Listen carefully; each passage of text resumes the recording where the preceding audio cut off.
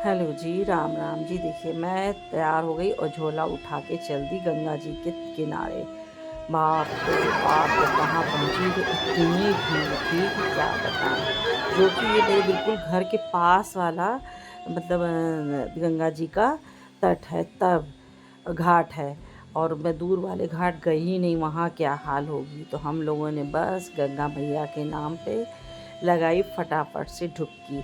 थोड़ा उजाला होने के बाद मैं गई थी, क्योंकि भाई मुझे लगती है वैसे ठंड बहुत ज़्यादा, और जब धूप निकल आती है तब स्नान करने में ठंड नहीं लगती, क्योंकि ऊपर का वातावरण थोड़ा गर्म हो जाता है। पानी न ठंडा था न गर्म था। बहुत ही ज़्यादा आनंद आया हम लोग को स्नान करने में। स्नान करने के बाद हम लोग चले गए, भाई आ गए स्नान करके निकल आए हैं, चले गए कह रहे पूजा पाठ करने, क्योंकि गंगा जी के किनारे पूजा भी करी जाती है। धूप दीप जलाइए, नौवेद्य चढ़ाइए, भगवान मतलब सूर्य नारायण भगवान की आरती करिए, गंगा जी की आरती करिए, और फल वगैरह जो भी आपके पास हो वो सब गंगा जी के किनारे। देखिए कितना लोगों ने कर रखा है। गलती यही है ना कि जब शांत हो जाए दिया तो इसको दूसरे लोगों को विसर्जन कर देना चाहिए, मतलब विसर्जित करना चाहिए गंगा जी के अंदर, तो पैर नहीं लगेगा। पर इतना सब बातों का लोग कहाँ ध्यान रखते हैं। बस नहाया, पूजा किया और चले गए। अब तुरंत उसी समय तो कर नहीं सकते हैं।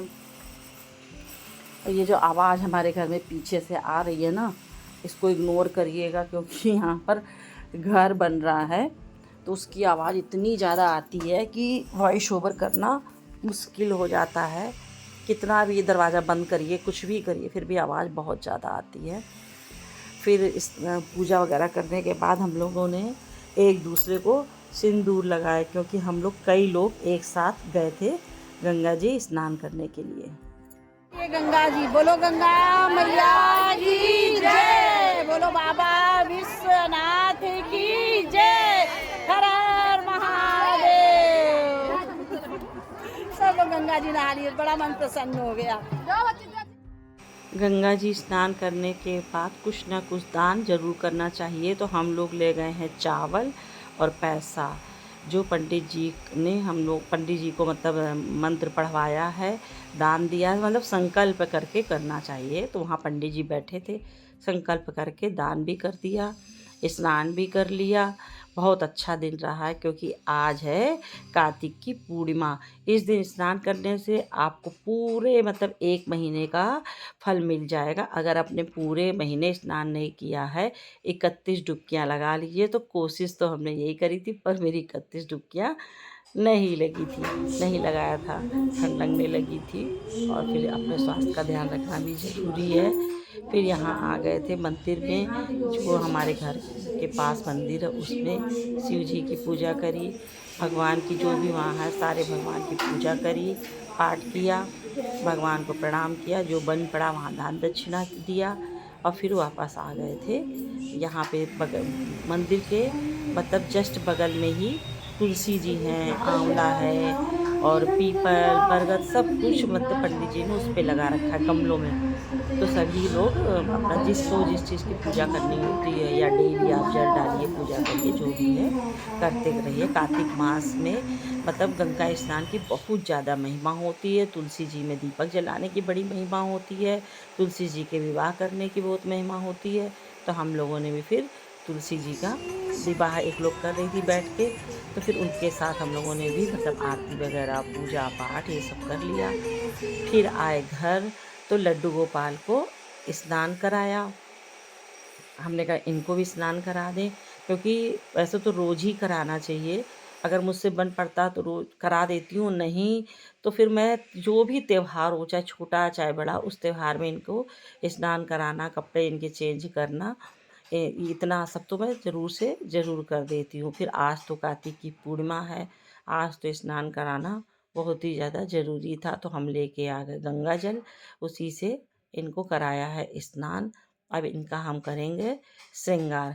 कार्तिक मास में गंगा स्नान की, दान की और दीप दान की, शाम के समय जो आज बताते यहाँ बनारस में देव दिवाली मनाई जाती, बड़े धूमधाम से मनाई जाती है। मतलब सारे घाट दीपों से जलाए जाते हैं, जगमग जगमग पूरे घाट करते हैं। और मतलब सब लोग अपने घर से भी दिए ले जाते हैं, और वहाँ पर भी आपको दिए भी मिलेंगे, तेल भी मिलेगा, आप वहाँ भी जला सकते हैं। भाई नाव को दुल्हन की तरह सजाया जाता है, एक से एक सुंदर तरीके से नाव सजाई जाती है, उस पे लोग बैठते हैं, आरती भव्य तरीके से होती है, तो आरती देखने भी लोग जाते हैं। मतलब आज के दिन का आनंद ही अलग है। पर एक बात बता दें, भीड़ भी उससे ज़्यादा दुगनी होती है, इतनी भीड़ होती है, इतनी भीड़ होती है कि बता नहीं सकते हैं।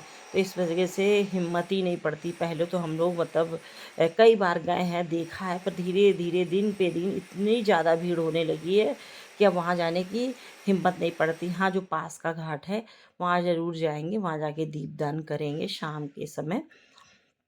रात में ही अच्छा लगता है, रात में रोशनी से एकदम जगमगा जाते हैं सारे घाट। बनारस तो पूरा तो दुल्हन की तरह सजा हुआ है।